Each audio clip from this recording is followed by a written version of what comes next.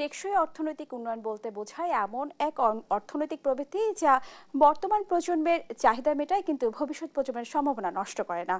সেই সাথে বাংলাদেশ সহ উন্নয়নশীল দেশগুলোতে দেখা যায় ক্ষুদ্র ঋণ বা মাইক্রো ক্রেডিট এবং উদ্যোক্তা সৃষ্টির মাধ্যমে এই উন্নয়নের পথ আরও সুদৃঢ় হচ্ছে। সুপ্রিয় দর্শক, আজ আলোচনা করব ক্ষুদ্র ঋণ এবং উদ্যোক্তাদের ভূমিকা নিয়ে। আমি রাবি ইসলাম স্নেহ আপনাদের আমন্ত্রণ জানাচ্ছি দেশ টিভির নিয়মিত আয়োজন অর্থ বাণিজ্য বিষয়ক আলোচনামূলক অনুষ্ঠান বিজনেস টাইমসে। আমাদের আলোচনাটি এগিয়ে নিতে দুজন সম্মানীয় অতিথি আমাদের সাথে স্টুডিওতে উপস্থিত রয়েছেন। একে একে পরিচিত হব তাদের সাথে। আমার প্রথমেই ডানে রয়েছেন নওশাদ মোস্তফা, পরিচালক SME and special programs department, Bangladesh Bank. সেই সাথে আরও রয়েছেন Kamrul Mehedi, DMD small micro finance ও agent banking business, City Bank PLC. আপনাদের দুজনকেই আমন্ত্রণ জানাচ্ছি আমাদের আজকের আয়োজনে। আমি প্রথমে আলোচনাটি শুরু করতে চাই নওশাদ মোস্তফা আপনাকে দিয়ে। আমরা যদি দেখি যে বর্তমানে প্রায় 3 কোটির বেশি মানুষ সরাসরি এই ক্ষুদ্র ঋণের আওতায় এসেছে, সেক্ষেত্রে ক্ষুদ্র উদ্যোক্তাদের স্কেল আপ বা বিস্তৃত করতে সরকার কী ধরনের উদ্যোগ গ্রহণ করছে? ধন্যবাদ দেশ টিভিকে আমাদেরকে এখানে আমন্ত্রণ জানানোর জন্য। খুবই গুরুত্বপূর্ণ একটি বিষয় নিয়ে আমরা কথা বলার জন্য এখানে উপস্থিত হয়েছি। ক্ষুদ্র শব্দটি দিয়ে আমার কাছে যেটা মনে হয়, আমরা আসলে উদ্যোক্তাদের সম্ভাবনাটাকে প্রথমেই একটা লিমিট করার একটা মানসিকতায় অনেকে আমরা আক্রান্ত হই। সো সেই জায়গাটার থেকে আমি যদি সরকার এবং পাশাপাশি বাংলাদেশ ব্যাংকের আলাদা আলাদা উদ্যোগ বা একসাথে যে কিছু কাজ আমরা করি সেগুলোর কথা বলি। আপনি ঠিকই বলেছেন, আমাদের মাইক্রো ফাইন্যান্স ইনস্টিটিউশনগুলো ক্ষুদ্র উদ্যোক্তাদেরকে লাইফলাইন হিসেবে কাজ করে, তাদেরকে অর্থনৈতিক সহায়তা করে থাকে। কিন্তু আমরা বাংলাদেশ ব্যাংকে আরেকটু বড় করে আমরা বলি cottage, micro, small and medium, যেখানে আমরা ক্ষুদ্র উদ্যোক্তারা যেমন থাকেন তেমনি করে আরেকটু বড় যারা মাঝারি কটেজ সবাই থাকেন। তো সেইটা আলাদা আলাদা সেগমেন্টের জন্য আমাদের আলাদা আলাদা রকম অর্থনৈতিক সহায়তার কিছু ফান্ড আছে, যে ফান্ডগুলো আমরা প্রোভাইড করি। একই সাথে যদি আপনি আমাকে সময় দেন আরও 2 মিনিট, আমরা 17ই মার্চ এই বছরের 17ই মার্চ 2025 সালে আমরা এসএমই খাতে মাস্টার সার্কুলার ইস্যু করেছি, যেটা আগামী 5 বছরের জন্য 29 সালের ডিসেম্বর পর্যন্ত কাজ করবে। এই সার্কুলার অনুযায়ী ব্যাংকগুলো এবং ফাইন্যান্স কোম্পানিগুলো তাদের ক্ষুদ্র উদ্যোক্তাদেরকে, যাদেরকে আমরা সব মিলিয়ে বলছি সিএমএসএমই, তাদেরকে ঋণ দিবেন। এই সার্কুলারের একটি বৈশিষ্ট্য বলেই আপাতত আমি হয়তো থামবো। আমরা যেটা করেছি, আপনারা জানেন ট্রেড লাইসেন্স একটি বড় বাধা একেবারে ছোট উদ্যোক্তাদের জন্য। কারণ ট্রেড লাইসেন্স নেওয়ার জন্য আমাদের দেশের আইন অনুযায়ী আপনাকে একটি কমার্শিয়াল হোল্ডিং নাম্বারের অ্যাড্রেস আপনার থাকতে হবে। আপনি কিন্তু আপনার বাসা থেকে চাইলেই একটা ট্রেড লাইসেন্স করতে পারবেন না। তো সেই কারণে অনেক উদ্যোক্তা কিন্তু, বিশেষ করে এখন যারা আপনার দুটো শ্রেণী এখানে আছেন, একটা হচ্ছে যারা স্ট্রিট ভেন্ডর, যারা রাস্তায় বিভিন্ন জায়গায় কাজ করছেন, আবার আরেকটা শ্রেণী আছেন যারা এখন ডিজিটাল মাধ্যমে, আমরা এফ কমার্স যদি বলি, ফেসবুক কমার্স বা ই কমার্স, ডিজিটালি যারা বিজনেসটুকু করেন, তাদের আসলে ওই অফিসিয়াল অ্যাড্রেসটা ওইভাবে প্রয়োজন হয় না। সো ট্রেড লাইসেন্স নিতে গিয়ে তারা এক ধরনের সমস্যায় পড়েন। সেই বাধা, এবং যেহেতু ট্রেড লাইসেন্স না থাকলে লোন দেওয়ার বিষয়টা ওইভাবে ব্যাংকগুলোর প্র্যাকটিসে ছিল না, সেই হেতু তারা আসলে কোনো ফর্মাল ঋণের আওতায় আসতে পারতেন না। তো এই বছরের সার্কুলারে আমরা যেটা করেছি, আমরা শিল্প ঋণ 2022 সেই নীতিমালার আলোকে আমরা অপ্রাতিষ্ঠানিক বলে একটা নতুন ক্যাটাগরি অন্তর্ভুক্ত করেছি আমাদের এসএমই ঋণ নীতিমালায়, যেখানে ব্যাংকগুলো চাইলে এবং ফাইন্যান্স কোম্পানিগুলো তারা এই ধরনের উদ্যোক্তাদেরকে ট্রেড লাইসেন্স ছাড়াই এবং জামানত ছাড়াই 5 লক্ষ টাকা পর্যন্ত ঋণ দিতে পারবেন। তো সেই অপরচুনিটিটা কতটুকু ব্যাংকগুলো কাজে লাগাতে পারবে সেটা সময়ই বলে দিবে। মার্চের সার্কুলার এখনই ইফেক্ট সব কাজে লেগে যাচ্ছে আমি বলবো না, কিন্তু যে লক্ষণ আমরা দেখছি, বিশেষ করে অনেকগুলো ব্যাংক যারা এসএমই খাতে ঋণ দানে আগে থেকেই তাদের অভ্যস্ততা আছে, তারা এগিয়ে এসেছে এবং নানান ধরনের ইনোভেটিভ প্রোডাক্ট নিয়ে তারা কাজ করছেন। আমরা আশাবাদী আগামী দিনগুলোতে সরকার, বাংলাদেশ ব্যাংক এবং সাথে আমাদের যারা স্টেক হোল্ডার ব্যাংক এবং ফাইন্যান্স কোম্পানিগুলোকে নিয়ে আমরা আরও বেশি সংখ্যায় ক্ষুদ্র উদ্যোক্তাদের কাছে যেতে পারবো এবং আমাদের অর্থনীতি তাদের অবদানের মাধ্যমেই আরও বেশ খানিকটা টেকসই হয়ে উঠবে। আপনাকে অসংখ্য ধন্যবাদ। আর নওশাদ মোস্তফা, আপনার কাছে আর একটু জানতে চাচ্ছে যে এই যে উদ্যোগের কথা আপনি বলছিলেন যে 17 মার্চ 2025 যে বিষয়টি তুলে ধরলেন, এই যে ট্রেড লাইসেন্স, জামানত এছাড়াও কিন্তু আরো বেশ কিছু চ্যালেঞ্জ থাকে একজন যারা ঋণ গ্রহীতারা, তাদের সবচেয়ে বড় যে জিনিসটা মাথায় আসে যে সুদের হার কত % হবে। এই বিষয়টা যদি একটু আমাদেরকে আলোচনা করে ক্লিয়ার করতেন। আচ্ছা, সুদের হার বা আমরা যদি ইসলামী ব্যাংকিং এর কথা বলি, বিনিয়োগের যে হারে তারা মুনাফা হার ঠিক করেন, এটা কিন্তু সাধারণত পৃথিবীব্যাপী বা আমাদের দেশেও বাজার ভিত্তিক হার। বাজারটা কেমন? একটা ব্যাংক বা ফাইন্যান্স কোম্পানি তার যে ফান্ড রেজ করে সেটা কিন্তু আপনার আমার কাছ থেকে ডিপোজিট নিয়েই রেজ করে। তো ওভারঅল ইকোনমিক কন্ডিশনের কারণে যদি আপনার ডিপোজিটের ইন্টারেস্ট রেট বাড়ে, তখন কিন্তু মার্কেটে আপনার ঋণের বা বিনিয়োগের ইন্টারেস্ট রেটও বাড়বে। এটা খুবই সাধারণ অঙ্ক। এর ব্যতিক্রম কি আছে? এর ব্যতিক্রম আছে, যেমন আমরা বাংলাদেশ ব্যাংক থেকে যে আমাদের প্রেফারেন্সিয়াল সেক্টরগুলো, আমাদের নারী উদ্যোক্তা, আমাদের নতুন উদ্যোক্তা, আমাদের কৃষিভিত্তিক যে ইন্ডাস্ট্রি আছে, তাদের জন্য কিন্তু আমাদের বিভাগ থেকে আলাদা আলাদা রিফাইন্যান্স স্কিম চালানো হয়, যেগুলোর ইন্টারেস্ট রেট মার্কেট থেকে অনেকখানি কম, ক্ষেত্র বিশেষে 5 থেকে 8%, যেখানে মার্কেটে হয়তো এখন 14-15% আপনি কমার্শিয়ালি লোনটা পাবেন। সো আমরা সবার জন্য না হলেও যে ক্ষুদ্রদের মধ্যে যারা ভেরি স্পেসিফিক একটা অংশ সোসাইটির, তাদের জন্য আমরা এরকম আলাদা আলাদা কিছু ফান্ড ক্রিয়েট করি। কখনো সেটা বাংলাদেশ ব্যাংকের নিজস্ব অর্থনৈতিক সহায়তায় হয়, কখনো আমরা সেটা কোনো ডেভেলপমেন্ট পার্টনারের সাথে, আমাদের পার্টনার অনেকদিন ধরে আছে জাইকা, অনেকদিন ধরে আছে এডিবি, ওয়ার্ল্ড ব্যাংক, তাদের কাছ থেকে এনে আমরা এই কাজগুলো করে থাকি। এবং সেটা কিন্তু আরেকটা জিনিস আমি এখানে বলবো, উদ্যোক্তাদের ক্ষেত্রে ইন্টারেস্ট রেটের চেয়েও কখনো কখনো বেশি গুরুত্বপূর্ণ হয়ে যায় তারা তাদের দরকারের সময় টাকাটা কত দ্রুত পাচ্ছেন। সেই জায়গাটায় আমরা চেষ্টা করছি খানিকটা বাড়ানোর, যেখানে মাইক্রো ক্রেডিট ইনস্টিটিউশনগুলো কিন্তু এখানে বা মাইক্রো ফাইন্যান্স ইনস্টিটিউশনগুলো দেখবেন ব্যাংক বা ফাইন্যান্স কোম্পানির চেয়ে অনেক দ্রুত টাকাটা তাদের কাছে পৌঁছে দিতে পারে। যে কারণে কিন্তু ওই ইন্টারেস্ট রেট যদিও তাদেরটা অনেক বেশি, সঙ্গত কারণেই অনেক উদ্যোক্তা ব্যাংক থেকে বা ফাইন্যান্স কোম্পানির থেকে টাকা পেতে দেরি হওয়ার কারণে অনেক বেশি রেটেই তাদের কাছ থেকে টাকাটা নেন, কারণ তার কাছে তখন ওই ইন্টারেস্ট রেট বেশি হওয়ার চেয়েও গুরুত্বপূর্ণ হয়ে যায় টাকাটা আমি কত দ্রুত পাচ্ছি। সেই জায়গাটায় আমরা কাজ করছি, পরবর্তীতে আবার সুযোগ হলে আমরা সেটা বলবো। আপনাকে অসংখ্য ধন্যবাদ। আমি যেতে চাই কামরুল মেহেদী আপনার কাছে আমি প্রশ্ন রাখতে চাই, টেকসই উন্নয়ন নিশ্চিত করতে, ক্ষুদ্র উদ্যোক্তাদের পরিবেশ বান্ধব ব্যবসায় উৎসাহিত করতে এবং তাদের জন্য বিনিয়োগ সহজীকরণে আসলে সরকার কিংবা যদি বলে আপনারা কি কি পদক্ষেপ নিয়েছেন বা নিচ্ছেন? আচ্ছা, প্রথমে ধন্যবাদ দেশ টিভিকে আমাকে এই অনুষ্ঠানে আমন্ত্রণ করার জন্য, এবং ধন্যবাদ দর্শকদের যারা আমাদেরকে শুনছেন। আমি নওশাদ ভাইয়ের কথার জের ধরে বলতে চাই, ক্ষুদ্র কিন্তু আসলে ক্ষুদ্র না। ক্ষুদ্রটা হয়তো বা লোনের সাইজটা ক্ষুদ্র হতে পারে, বা তাদের সংখ্যা কিন্তু আমাদের দেশে অনেক অনেক অনেক বেশি। আর সবাই কিন্তু আমরা বাংলাদেশে চাচ্ছি যে যারা ইনফর্মাল সেক্টরে আছে তাদেরকে ইনক্লুশন করে তাদের ফর্মাল আন্ডার ব্যাংকিং সেক্টরের দিকে নিয়ে আসার জন্য। সো প্রথম যেটা দরকার অ্যাজ এ ব্যাংক, সেটার দরকার আপনার ডিস্ট্রিবিউশন চ্যানেল।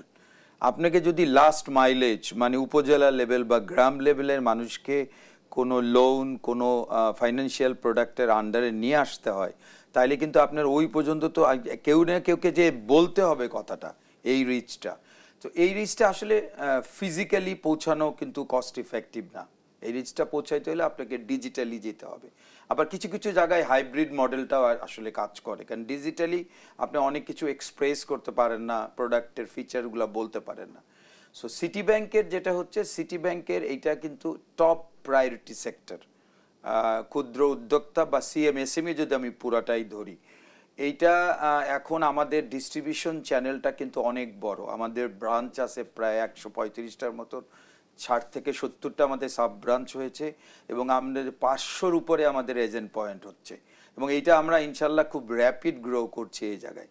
সো আমাদের উদ্দেশ্য যে আমরা আমাদের এসএমইর অথবা কটেজ মাইক্রো যেভাবেই আমরা ভাগটা করি, ছোট ছোট মানুষের কাছে ছোট ছোট নিডের জন্য তার কাছে পৌঁছে যাওয়া। This is number 1। Second point, এখন কিন্তু আরেকটা জিনিস পৃথিবীব্যাপী কিন্তু এই কথাটা আপনি যে কোনো জায়গায় যে কোনো ব্যাপারেই কথা বলতে চান, সাস্টেনেবল, গ্রিন, এই দুইটা ছাড়া কিন্তু আর কোনো কথা নাই। It's a common word in every initiatives. এবং আমরা যদি সাস্টেনেবল এবং গ্রিনে ভালো করতে পারি, বাংলাদেশ ব্যাংকও যেমন আমাদেরকে সাপোর্ট করবে বিভিন্ন প্রজেক্ট, নওশাদ ভাই বলতেছিলেন প্রি ফাইন্যান্সিং, রিফাইন্যান্সিং, গ্রিনের জন্য আমাদের 5% ইন্টারেস্ট রেটে কিন্তু আমরা লোন দিতে পারি, অনেক সুবিধা কিন্তু এখানে আছে। আমরা এটার এখনো আমি মনে করি 20-25%, 30%-এর বেশি আমরা এটা ইউটিলাইজ এখনো করতে পারি নাই। বাট এছাড়াও যারা যে সমস্ত আমাদের প্রতিষ্ঠানের সাথে আপনারা জানেন আইএফসি ইজ দেয়ার, সিটি ব্যাংকের একজন ইকুইটি মেম্বার আমাদের বোর্ডে বসেন, আমাদের সাথে অনেক ইন্টারন্যাশনাল ডোনার এজেন্সিস ব্যাংক কাজ করে, ওনারাও কিন্তু যে কোনো সাপোর্ট লাইন যদি আমাদের জন্য খোলা রাখতে চান। এখন কিন্তু women banking, green banking, sustainable banking and MSME financial inclusion, এর বাইরে কিন্তু অন্য কোনো ওয়ার্ড উচ্চারণ হচ্ছে না। আমরা কি করছি, আমরা আমাদের যে এসএমইতে যে আমরা সাপোর্ট সার্ভিসটা দিচ্ছি ওর ভিতরে আমরা সাস্টেনেবল এবং গ্রিন পার্টটাকে ইনক্লুসিভ করে ফেলতেছি।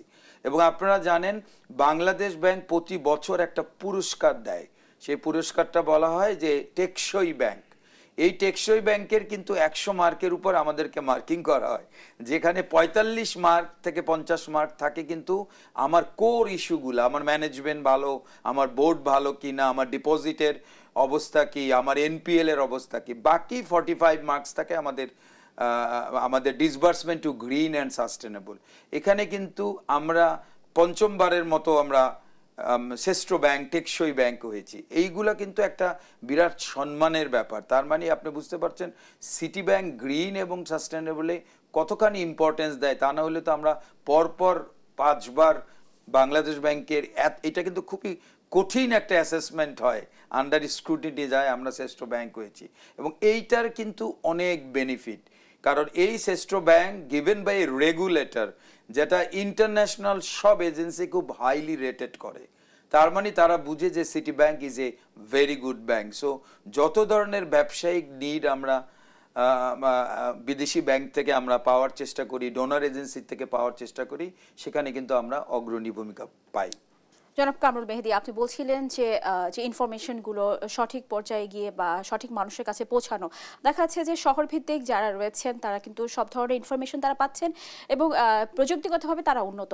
প্রান্তিক পর্যায়ে যারা রয়েছেন তাদের ডোর টু ডোর গিয়ে তাদের কাছে ইনফরমেশন পৌঁছে দেওয়া, এই সেবাগুলো পৌঁছে দেওয়ার জন্য আপনারা কিভাবে কাজ করছেন? আচ্ছা, আমরা কাজ করছি বেসিক্যালি, প্রথমে আমি বলেছি এই সেবাগুলো আসলে মানুষ গিয়ে বলবে এইটা করা ইজ প্রিটি ডিফিকাল্ট। আমাদের 18-20 কোটি অনেক এনজিও কিন্তু এভাবে কাজ করছে। হ্যাঁ করছে, এনজিওর করছে, বাট আমরা যেভাবে কাজ করতে চাচ্ছি, প্রান্তিক পর্যায়ে যারা রয়েছেন তারা কিন্তু এনজিও মুখীও হচ্ছে। হ্যাঁ হচ্ছে, আমরা দুইটা জায়গায় যাচ্ছি।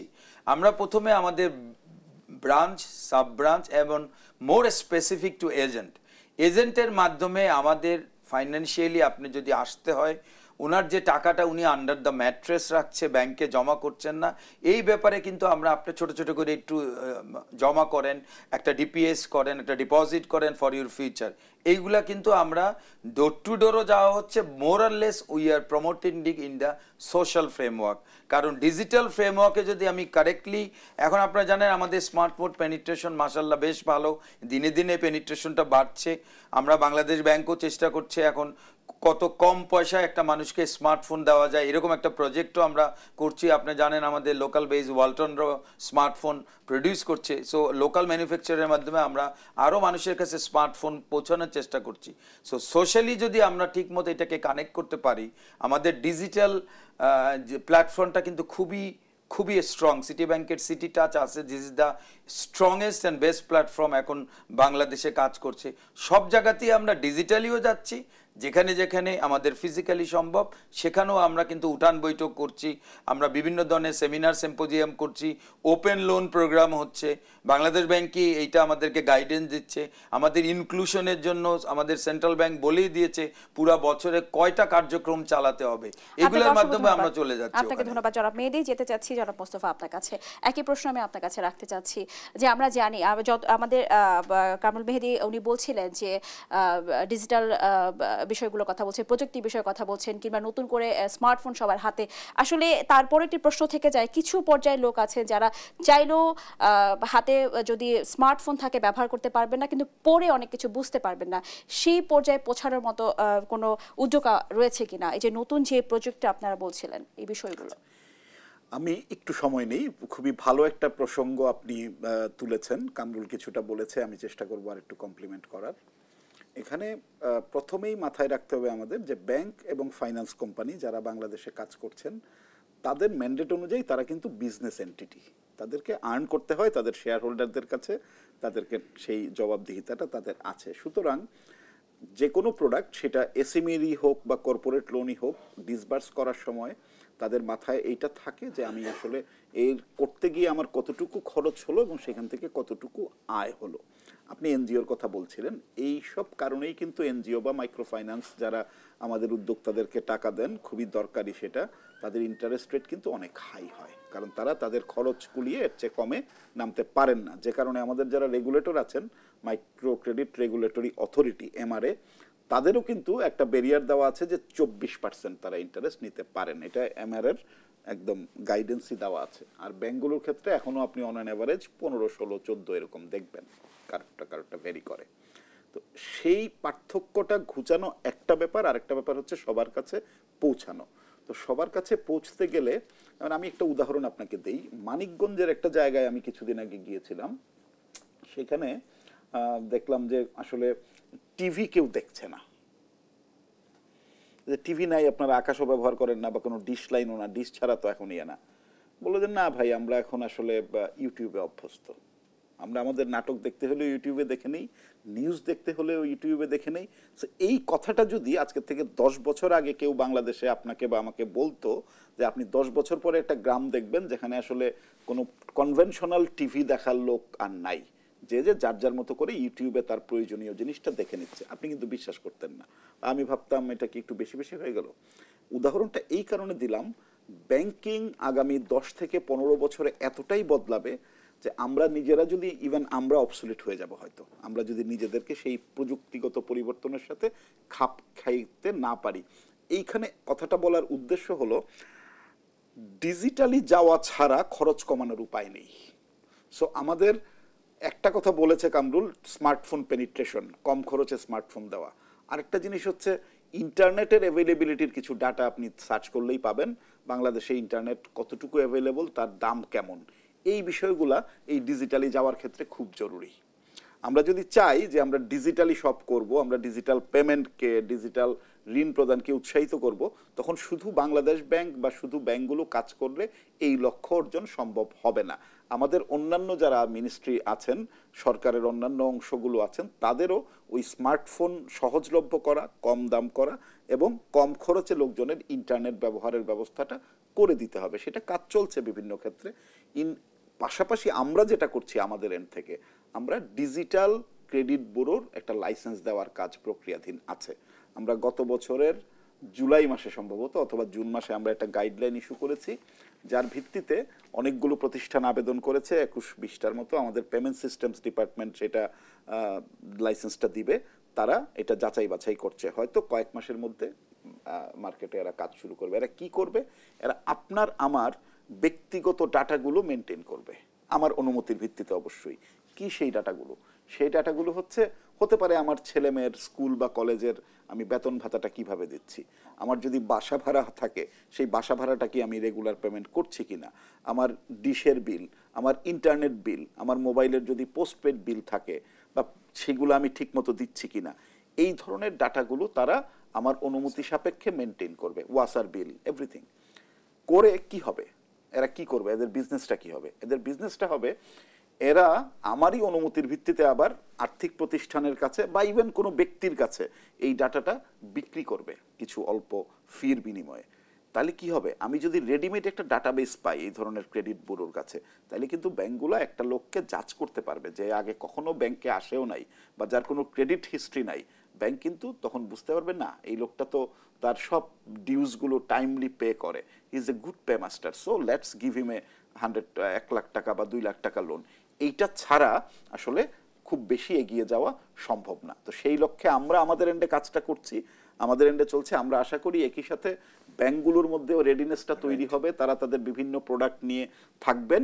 একইভাবে সরকারের কাছেও আমাদের প্রত্যাশা, আমরা বিভিন্ন জায়গায় সেই প্রত্যাশা পৌঁছে দিয়েছি ইন রাইটিং এবং মুখেও আমরা বলি সবসময় গভর্নর স্যার সহ, যে স্মার্টফোন পেনিট্রেশন বাড়ানোর ব্যাপারটা কিভাবে হয়, ইন্টারনেট সহজলভ্য করা কিভাবে হয়। আরেকটা জিনিস গুরুত্বপূর্ণ হচ্ছে আমাদের একটা আইন দরকার, ডাটা প্রোটেকশন অ্যাক্ট। এই যে ডাটাটা থাকবে, এই ডাটাটা কিন্তু মালিক হব আমি, ব্যক্তি, আপনি বা আমি। আমার ডাটা আমার অনুমতি ছাড়া অন্য কোথাও সেটা ব্যবহার করা যাবে না। সো সেই একটা আমরা যতটুকু জানি 23 সালে একটা ড্রাফট হয়ে আছে, সেই ড্রাফটটা খুব দ্রুত যদি পাশ হয় সেটাও আমাদের এই ক্ষেত্রে সহায়ক ভূমিকা রাখবে। এবং আমি খুবই আশাবাদী মানুষ যে আগামী কয়েক বছরের মধ্যে আপনি এখানে হয়তো এরকম টক শো এরকম কাউকে নিয়ে আয়োজন করবেন যারা আপনাকে আরো অনেক ভালো খবর, দেশের আরো অনেক পেনিট্রেশনের খবর দিতে পারবে। আপনাকে অসংখ্য ধন্যবাদ। আমরা আবার আলোচনায় ফিরবো, একটি ছোট বিরতি নিয়ে আসছি। সুপ্রিয় দর্শক, এই পর্যায়ে নিয়ে নিয়েছি ছোট্ট একটি বিরতি, কোথাও যাবেন না, সঙ্গে থাকুন। সুপ্রিয় দর্শক, আবার আমন্ত্রণ জানাচ্ছি দেশ টিভির নিয়মিত আয়োজন বিজনেস টাইমসে। আমরা ফিরব আলোচনা। এই মুহূর্তে আমি আবার যেতে চাচ্ছি কামরুল মেহেদী আপনার কাছে এই মুহূর্তে আমি যে প্রশ্নটি নিয়ে আসতে যাচ্ছি সেটা হচ্ছে, আমি জানি যে ক্ষুদ্র ঋণ আসলে ক্ষুদ্র ঋণ গ্রহীতাদের প্রায় 90% হচ্ছে নারী, এবং নারীর অর্থনৈতিক ক্ষমতায়নে বড় ভূমিকাও রাখছে। সেক্ষেত্রে নারীদের নিয়ে আপনাদের নতুন করে কোনো উদ্যোগ রয়েছে কিনা, কোনো পরিকল্পনা রয়েছে কিনা? আচ্ছা, প্রথমে আমি বলি যে নারী অর্থায়নে সিটি ব্যাংক সবসময় অগ্রণী ভূমিকা পালন করছে।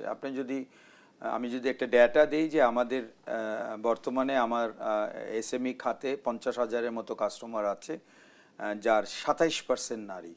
এবং আমরা এই বছর ইন্টারন্যাশনাল ওমেন ফেডারেশন থেকে বেস্ট এসএমই ওমেন ব্যাংক হিসেবে একটা পুরস্কার পেয়েছি। গত বছর আইএফসি ফাইন্যান্স থেকে, এসএমই ফাইন্যান্স ফোরাম থেকেও আমরা বেস্ট এসএমই ব্যাংক হয়েছি। কিভাবে এটা আমরা অর্জন করলাম? আমরা এটা অর্জন করার পিছনে আমরা নারীদের জন্য বা যে কোনো লোন দেওয়ার জন্য একটা ক্রাইটেরিয়া সেট করা হয়, একটা ক্রেডিট ক্রাইটেরিয়া থাকে, একটা কেওয়াইসি ক্রাইটেরিয়া থাকে। এই জায়গায় আমরা কিছু লিনিয়েন্টলি দেখছি যে ওমেন এন্টারপ্রেনারের ক্ষেত্রে আমরা পুরুষদের মতো করে তাদেরকে বিচার করছি না। তারপরে আমাদের যারা ফ্রন্ট সোলজার আছে, যারা রিয়েলি কাস্টমারের সাথে ইন্টারাকশন করে সরাসরি, তারা যদি তাদের একটা ইনসেনটিভ প্রসেস চালু আছে, যে ইনসেনটিভ তারা লোন করলে একটা ইনসেনটিভ পায়। সো এই ইনসেনটিভটা পুরুষ একজনকে যদি সোর্স করে, তার থেকে বেশি ইনসেনটিভটা কিন্তু পায় একজন মহিলা উদ্যোক্তাকে যদি সোর্স করা হয়। তারপরে আমাদের বিভিন্ন ধরনের ফাইন্যান্সিয়াল ইনক্লুশন প্রোগ্রাম আছে। আমাদের একটা স্ট্রং ওমেন ব্র্যান্ড আছে কল সিটি আলো। আমার মনে হয় যে আপনি জানেন হয়তো সিটি আলো। আমরা শুধুমাত্র যে লোনের পার্টটাই যাচ্ছি তা কিন্তু না, আমরা উদ্যোক্তা তৈরির কাজে আছি। যেমন সিটি আলোর মাধ্যমে বাংলাদেশের বিভিন্ন ইউনিভার্সিটি লাইক নর্থ সাউথ, দেন চিটাগং ইউনিভার্সিটি, ওই জায়গায় পুন্দো ইউনিভার্সিটি, বিভিন্ন ইউনিভার্সিটিতে আমরা কোর্স চালাই যে একজন উদ্যোক্তা আসলে কিভাবে তৈরি হবে, একজন উদ্যোক্তা কিভাবে তার ব্যালেন্স শিটটা মেনটেন করবে, একজন উদ্যোক্তা কিভাবে তার লোনটাকে ব্যবহার করে সঠিক মুনাফাটা ওখান থেকে নিয়ে আসবে। এই সমস্ত কোর্স কারিকুলামেও কিন্তু সিটি আলো যেটা চালাচ্ছে সেটার আমরা কিন্তু স্পন্সর করছি মেজরিটি ফাইন্যান্সিয়াল পার্ট অলসো ওই কোর্সটা চালানোর জন্য। তারপরে সিটি আলোর মাধ্যমে আমরা শুধু লোনের পার্টটাই যাচ্ছি না। নওশাদ ভাই বলল trade licence is a difficult process. Trade licence, tax return, অন্যান্য যেগুলো এনসিলারি ফেসিলিটিস আছে, একজন ওমেন আসলে জানছে না কোথায় যেতে হবে এই কাগজটা পাওয়া যেতে পারে, সেই সাহায্যগুলো আমরা করার চেষ্টা করছি। ইভেন লিগ্যাল পার্সপেক্টিভেও তাদেরকে সাহায্য করা হচ্ছে। কেউ যদি কোনো লিগ্যালি কোনো লোন নিতে গিয়ে কোনো প্রপার্টি মর্গেজ রেখে কোনো কিছুতে যদি কোনো জটিলতা ফেস করে, আমরা কিন্তু এটার সলিউশন দিচ্ছি। সো তাও কিন্তু এনাফ না, আমি বলতে চাচ্ছি এটা আরও অনেক কিছু করার আছে। আমাদের 51-52% ওমেন, আর এখন ওমেনরা কিন্তু ঘরে থাকতে চাচ্ছেন না, ওনারা বাইরে কাজ করতে চাচ্ছেন। এবং আপনি যদি দেখেন সবচেয়ে ইম্পর্টেন্ট জিনিস হলো ঢাকা শহর, চিটাগং শহরের বাইরে যে সমস্ত ওমেন এন্টারপ্রেনাররা আছেন তারা কিন্তু অধিক হারে খুব দ্রুত বেগে ব্যবসায় যুক্ত হচ্ছেন। সো এইটা আমাদের দেশের জন্য একটা ভেরি এনকারেজিং সাইন।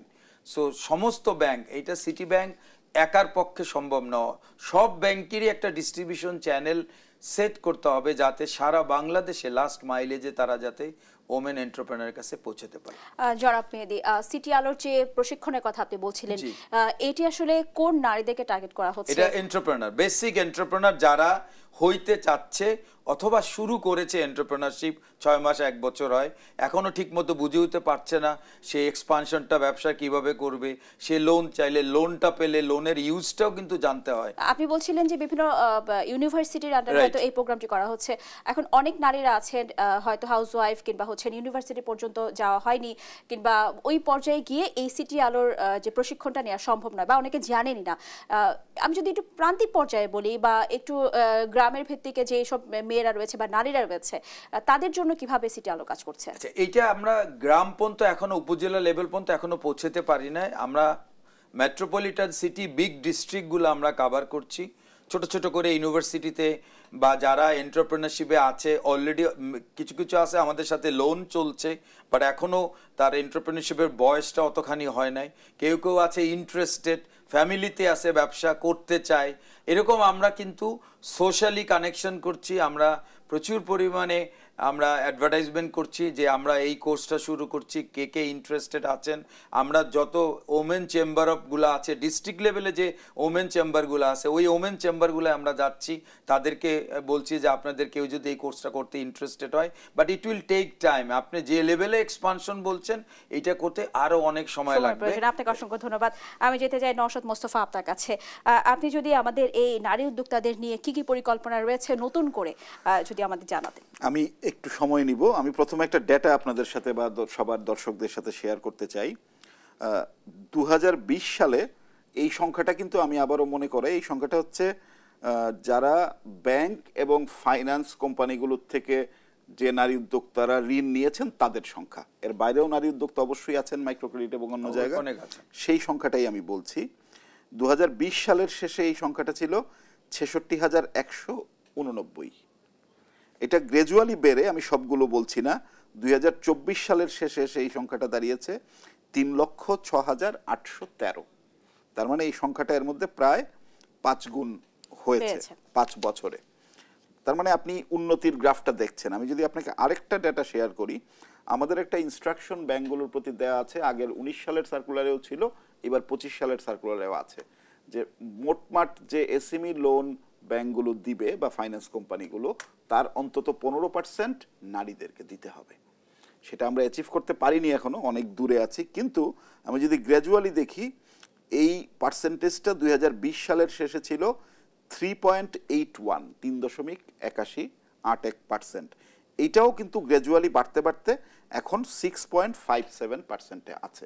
তার মানে আমাদের পলিসি ইন্টারভেনশন যেগুলো আমরা নিচ্ছি সেগুলো কিছুটা হলেও কাজ করছে। এখন যদি আমি পলিসি ইন্টারভেনশন বা কি কি প্ল্যান আমরা নারীদের জন্য আমাদের দিক থেকে আছে সেটা বলি, তাহলে প্রথমেই বলবো যে নারী উদ্যোক্তাদের একটা ডেফিনেশন আমাদের মাস্টার সার্কুলারে, যে সার্কুলারটার কথা আমি আগে রেফার করেছি, সেখানে দেওয়া আছে। এই সংজ্ঞাটা কি? এই সংজ্ঞাটা 19 সালের মাস্টার সার্কুলারে এইভাবে ছিল যে কোনো নারী যদি পুরোটার মালিক হন, ব্যক্তি মালিকানাধীন কোনো প্রতিষ্ঠান হয়, তাহলে তো অবশ্যই সেটা নারী উদ্যোগ হিসাবে বিবেচিত হবে এবং প্রেফারেন্সিয়াল লোন সুবিধাগুলো পাবে। দ্বিতীয়ত বলা ছিল, যদি জয়েন্ট পার্টনারশিপ অথবা কোনো পাবলিক প্রাইভেট লিমিটেড কোম্পানির 51% শেয়ার হোল্ডিং অন্তত নারীর এক বা একাধিক নারীর মিলে থাকে, তাহলে তাদের ক্ষেত্রে সেটাও নারী উদ্যোগ হিসাবে বিবেচিত হবে। এই দুইটা সংজ্ঞা রাখার পাশাপাশি আমরা এইবারের সার্কুলারে আরও দুটো কথা বলেছি। একটা বলেছি 51%ও প্রয়োজন নেই, যদি 20% শেয়ার হোল্ডিংও কোনো নারীর থাকে, এবং আরও দুটা শর্তের মধ্যে যে কোনো একটা শর্ত পরিপালন করে। প্রথম শর্ত হচ্ছে যদি এমডি বা এক্সিকিউটিভ ডিরেক্টর কোনো নারী থাকেন ডিসিশন মেকিংয়ের জায়গায়, অথবা ওই প্রতিষ্ঠানের কর্মবলের 51% অন্তত নারী ওখানে কর্মরত থাকেন, তাহলেও সেটা নারী উদ্যোগ হিসাবে বিবেচিত হবে। তো এই নারী উদ্যোগ হিসাবে যদি বিবেচিত হয় তাহলে কেন হবে সেটা, বা কি সুবিধাটা হচ্ছে, বাংলাদেশ ব্যাংক একটা রিফাইন্যান্স স্কিম আমরা পরিচালনা করি, যেটার সাইজ হচ্ছে 3,000 কোটি টাকা।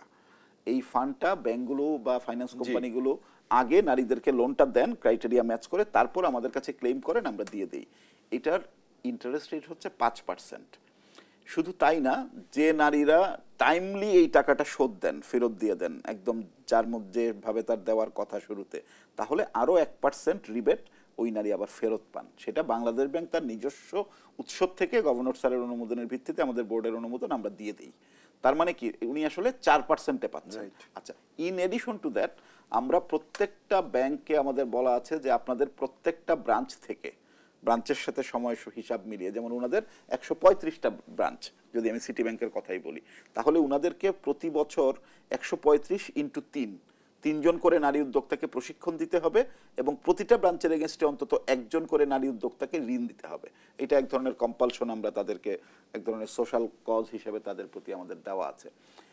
এর অতিরিক্ত আমরা কি করছি, আমরা সিসিপ বলে একটা প্রকল্প আমরা চালাচ্ছি, যেটা এডিবি, এশিয়ান ডেভেলপমেন্ট ব্যাংকের ফাইন্যান্সে, মূলত অর্থ মন্ত্রণালয় থেকে সিসিপ প্রকল্পটা চলে। সেটার একটা অংশ বাংলাদেশ ব্যাংক আমরা ইমপ্লিমেন্ট করছি, এখন চলমান আছে। সিটি ব্যাংকও আমাদের পার্টনার, আরো 30টা প্রায় ব্যাংক এবং আর্থিক প্রতিষ্ঠানের সাথে। সেই উদ্যোগটা কি? সেই উদ্যোগটা হচ্ছে আগামী 3 বছরে, বর্তমান বছর 25, 26 এবং 27, এই 3 বছরে আমরা 3000 উদ্যোক্তাকে বেসিক ফাইন্যান্সিয়াল প্রশিক্ষণ দিব থ্রু বেঙ্গালুরু ট্রেনিং ইনস্টিটিউশন।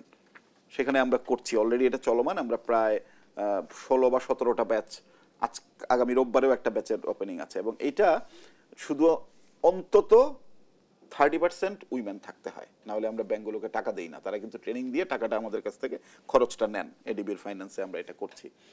আবার এদের মধ্যেও একটা অংশ লোন পান। এই প্রত্যেকটা ব্যাচে 25 জন উদ্যোক্তা থাকেন এবং তাদের প্রায় 100 ঘন্টা, মানে 20 ওয়ার্কিং ডের একটা ট্রেনিং হয়, যেখানে তারা এক ধরনের মেন্টরশিপ এনজয় করেন। তারা এক ধরনের তাদের একটা নিজেদের বিজনেস পিচ করার সুযোগ পান শেষ দিকে। তাদেরকে কোনো একটা ইন্ডাস্ট্রি দেখানো হয়, একটা স্টাডি ভিজিট মতো থাকে।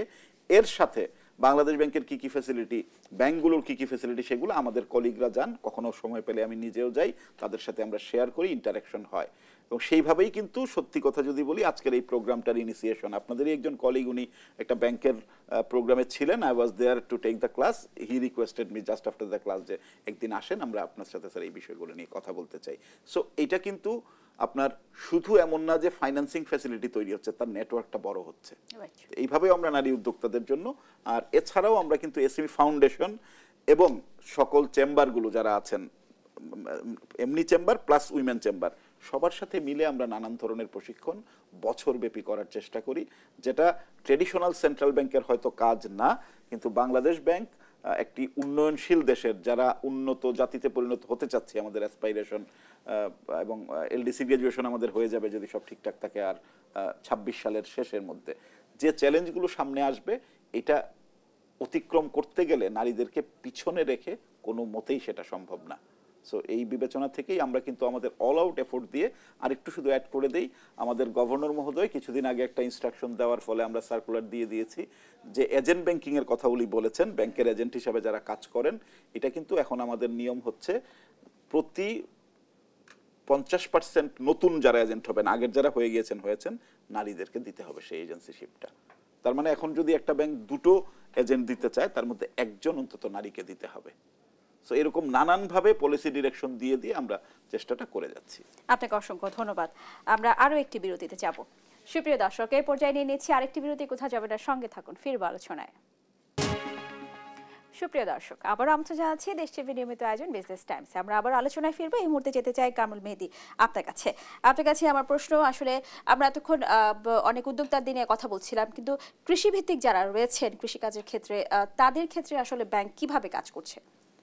আচ্ছা, কৃষি এগ্রিকালচার আমাদের সিটি ব্যাংকের প্রায়োরিটি লিস্ট যদি করি, গ্রিন সাস্টেনেবল মতো করে, এটা আমাদের একটা টপ প্রায়োরিটি, যেটার প্রমাণ পাওয়া যায়। আমরা গত 3টা ফিসক্যাল ইয়ারে কন্টিনিউয়াসলি বাংলাদেশ ব্যাংক আমাদেরকে একটা টার্গেট দেয়, সেই টার্গেটটার 50% যেটা এনজিওদের মাধ্যমে কৃষি ঋণটা দিতে হয়, আর 50% নিজস্ব নেটওয়ার্কে কৃষি ঋণ দিতে হয়।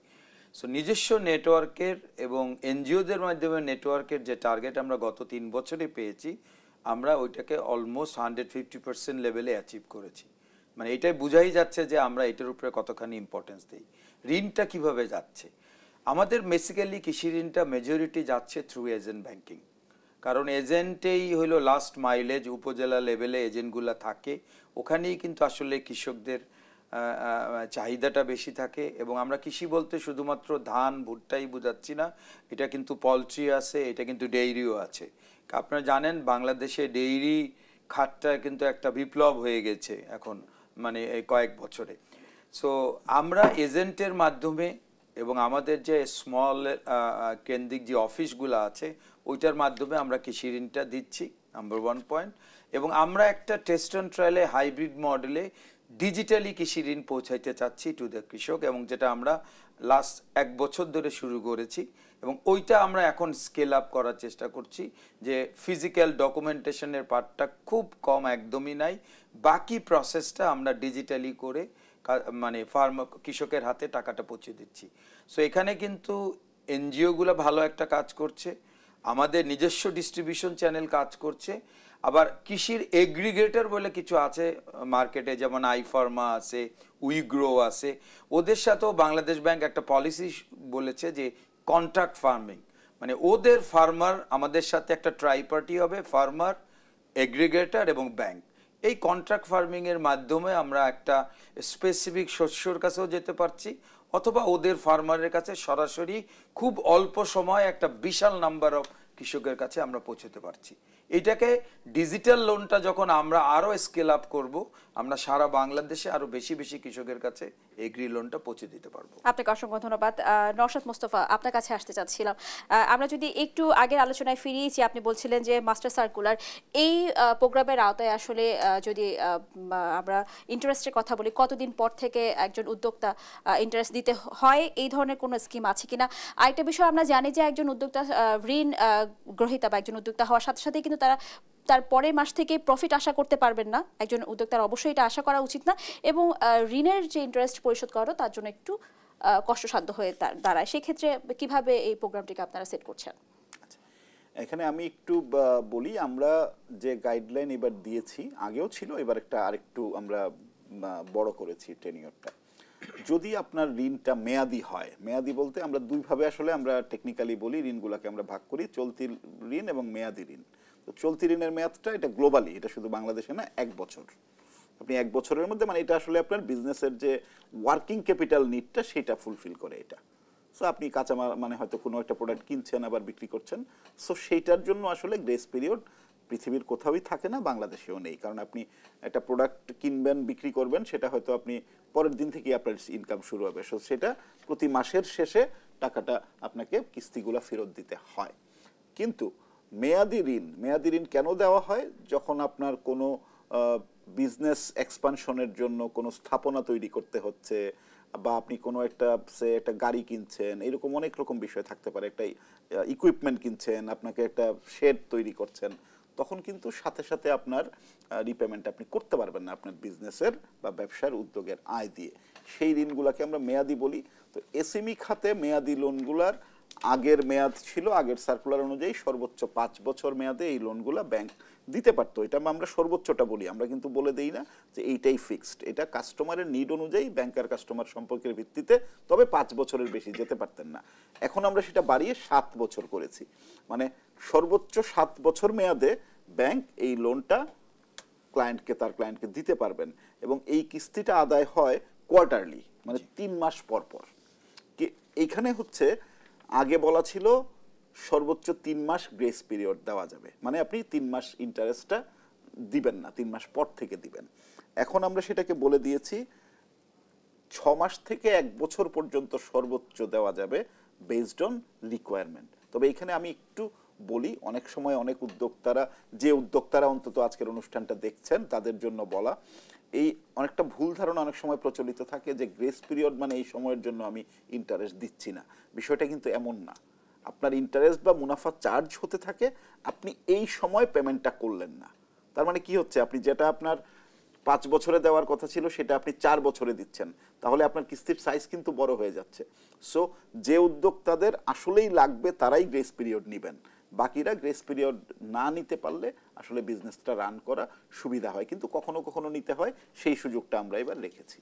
আপনাকে ধন্যবাদ। শেষ একটি প্রশ্ন ছোট্ট পরিসরে জানতে চাইবো যে বর্তমান সময়ে উদ্যোক্তাদের নিয়ে তো অনেক কাজ হচ্ছে, তাহলে বর্তমান সময়ে এবং আগের সময়টার মধ্যে আপনি কেমন পার্থক্য দেখছেন? আপনি অলরেডি আমাদেরকে একটি ডাটা দিয়েছিলেন, নারী উদ্যোক্তাদের নিয়ে ডাটা দিয়েছেন, পার্থক্যটা একটু ছোট্ট পরিসরে জানতে চাইবো, সেই সাথে আর কোনো সংস্কারের প্রয়োজন আছে বলে আপনি মনে করেন কিনা? আচ্ছা, পার্থক্যটা হয় কি, এসএমইরা আসলে ডিপেন্ডেন্ট আপনার লার্জ কর্পোরেটের উপর। আমরা যদি বাংলাদেশের উদাহরণ শুধু না, অন্যান্য সব দেশের উদাহরণে দেখি, কর্মসংস্থানটা হয় এসএমই দিয়ে, ছোট উদ্যোগ দিয়ে। গড়ে আপনার 80 থেকে 90% লোক কিন্তু কাজ করেন এই ছোট ছোট উদ্যোগগুলাতে। কিন্তু এই ছোট উদ্যোগগুলা কাদের উপর টিকে থাকে? মনে করেন বাংলাদেশে হয়তো একটা লার্জ কর্পোরেট আছেন, আমি নাম মেনশন না করি, যার হয়তো অনেক ধরনের বিজনেস আছেন, তিনি কিন্তু তার এই বিজনেসটা রান করার জন্য অনেকগুলো ছোট উদ্যোক্তার কাছ থেকে বিভিন্ন প্রোডাক্ট এবং সার্ভিস নিয়ে থাকেন। সো বাংলাদেশে গত 1-1.5 বছরের যে পলিটিক্যাল চেঞ্জেস, জুলাইয়ের গণঅভ্যুত্থানের মাধ্যমে আওয়ামী লীগ সরকারের পতন হলো, তারপর 2-3টা আগাম বন্যা হলো, আমাদের ইউক্রেন রাশিয়ার যুদ্ধ হলো, এই সমস্ত কারণে কিন্তু আমাদের এখানে আপনার বিনিয়োগ বলতে বড় ব্যবসায় বিনিয়োগ বা মূলধনী বিনিয়োগ যেটাকে আমরা বলি, সেটা একটু স্লো। তাতে করে এসএমইদেরও কিন্তু গ্রোথটা একটু কমে এসেছে। সেটা ছাড়া বাকি ইকোসিস্টেমে কিন্তু আপনার ন্যাচারালি আস্তে আস্তে আমাদের দেশ স্টেবিলিটির দিকে যাচ্ছে, মানে ইনভেস্টমেন্ট বাড়বে, ইন্ডাস্ট্রি বাড়বে, জব মার্কেটে আরো। আমাদের সবচেয়ে বড় সুবিধা হচ্ছে আমাদের যে কর্মক্ষম আমার যেটা ডেমোগ্রাফিক ডিভিডেন্ড আমরা বলে থাকি, আমাদের একটা বড় অংশ, আমি পার্সেন্টেজটা ভুলে গেছি, কিন্তু 15 থেকে 35 বছরের মধ্যে আমাদের জনসংখ্যার সবচেয়ে বড় অংশটা। তো সেইটাকে কাজে লাগানোর জন্য এসএমই খাতকে, ক্ষুদ্র উদ্যোক্তাদেরকে শক্তিশালী না করা ছাড়া আসলে কোনো উপায় নেই। আপনাকে অসংখ্য ধন্যবাদ। কামরুল মেহেদী, আপনার কাছে জানতে চাইবো, নতুন করে আসলে ছোট্ট পরিসরে যে কি সংস্কার আরো নতুন অ্যাড করা প্রয়োজন বলে আপনি মনে করেন এসএমই খাতকে নিয়ে? এসএমই খাতের আমার কাছে মনে হচ্ছে যে সংস্কার তো একটা রিলেটিভ টার্ম এবং এটা কিন্তু কন্টিনিউয়াস, এটা কোনো জায়গায় থেমে থাকা যাবে না। বাট আমাদের একটা জিনিস খুব দরকার, সেটা হলো আমাদের অ্যাওয়ারনেস সাইডটা কিন্তু বেশ দুর্বল। অ্যাওয়ারনেস শুধু ব্যাংকার না, অ্যাওয়ারনেস শুধু বাংলাদেশ ব্যাংক না, অ্যাওয়ারনেস উদ্যোক্তার জায়গায়ও। উদ্যোক্তা কিন্তু এখনো ঠিকমতো জানে না তার রাইটটা কি প্রোডাক্ট অ্যাভেলেবেল আছে কিন্তু না জানার জন্য উনি বলে এই ধরনের কোনো প্রোডাক্ট ওই ব্যাংকে নাই। সো এই অ্যাওয়ারনেস বিল্ড আপটা, এবং এই অ্যাওয়ারনেস বিল্ড আপটা আসলে সরকারি লেভেল থেকেই বেশি করতে হবে। আমরা প্রাইভেট সেক্টরও আমরা করছি, বাট আমাদেরটা অতটা ইম্প্যাক্টফুল হচ্ছে না। সরকারি লেভেলে যদি এই অ্যাওয়ারনেস প্রোগ্রামটা চালু করা হয়, যে সংস্কারগুলো এখন চলছে, যেভাবে নারীকে প্রত্যেকটা প্রজেক্টে অগ্রাধিকার দেওয়া হচ্ছে, এসএমইটাকে ধরা হচ্ছে যে lifeline of a country, so যতটুকু এখন চলছে আমরা যদি ফুল ইমপ্লিমেন্টেশন করতে পারি, কেন আমাদের এই পলিসিগুলো ঘন ঘন যদি চেঞ্জ না হয়, একটা পলিসি যদি আমরা 5 বছর রান করতে পারি ছোটোখাটো অ্যাডজাস্টমেন্ট করে, চেঞ্জ করে, তাহলে Bangladesh will B a different Bangladesh. এবং আপনি দেখবেন আমাদের উদ্যোক্তাদের অসীম ক্ষমতা, তাদের এডুকেশন শিক্ষার লেভেল, প্রাতিষ্ঠানিক শিক্ষাটা অনেক কম হতে পারে, বাট এন্টারপ্রেনারশিপ স্কিল কিন্তু আমাদের ইজ ভেরি ভেরি হাই, এবং ওমেনদেরও অনেক হাই। সো এইটা আমরা আশা রাখতে পারি যে এই সব কিছু ঠিকঠাক মতো থাকলে আমরা নেক্সট 3-4 বছরে বেশ শক্ত অবস্থা নিয়ে যাবো ইনশাআল্লাহ। আপনাকে অসংখ্য ধন্যবাদ। নওশাদ মোস্তফা, আপনার কাছে শেষ এক লাইনের একটি বিষয় জানতে চাইবো, নতুন উদ্যোক্তাদের নিয়ে আপনি কিছু বলতে চান কিনা? নতুন উদ্যোক্তাদের নিয়ে একটা কথাই বলতে চাই, আপনাকে কিন্তু স্টেডিলি এবং সাস্টেইনেবল ওয়েতেই আগাতে হবে। অনেক সময় উদ্যোক্তাদের মধ্যে একটা অধৈর্য কাজ করে যে আমি শুরু করেছি, এখনই আমাকে অনেক গ্রো করে যেতে হবে। বিলিভ মি, আমাদের এই বাংলাদেশ ব্যাংকের সাথে আমার 26 বছর, এর মধ্যে যতটুকু দেখা, যতটুকু শেখা, বেশিরভাগ উদ্যোক্তা দুটো কারণে প্রথম দিকে সাফার করেন। একটা হচ্ছে খুব দ্রুত এগানোর চেষ্টাটা করা, আরেকটা হচ্ছে প্রয়োজনের অতিরিক্ত ঋণটা না নেওয়া। এবং অনেক উদ্যোক্তা মনে করেন আমি আজকে ব্যবসা শুরু করলাম তো নেক্সট মান্থ থেকে প্রফিট আসবে। এক্স্যাক্টলি, এই দুটো জিনিস অ্যাভয়েড করতে পারলে উদ্যোক্তাদের গ্রোথটা সাস্টেইনেবল হবে বলে আমি অন্তত মনে করি। আপনাকে অসংখ্য ধন্যবাদ। ধন্যবাদ জানাচ্ছি কামরুল মেহেদী, আপনাকে ধন্যবাদ জানাচ্ছি নওশাদ মোস্তফা, আপনাদেরকে অসংখ্য ধন্যবাদ জানিয়ে আমরা আজকের আয়োজন এখানে শেষ করছি। ধন্যবাদ। সুপ্রিয় দর্শক, আমাদের আজকের আলোচনা এই পর্যন্ত ছিল। দেখা হবে পরবর্তী পর্বে, থাকবো নতুন কোনো বিষয় এবং আলোচনা নিয়ে। সেই পর্যন্ত ভালো থাকুন, সুস্থ থাকুন। ধন্যবাদ সবাইকে।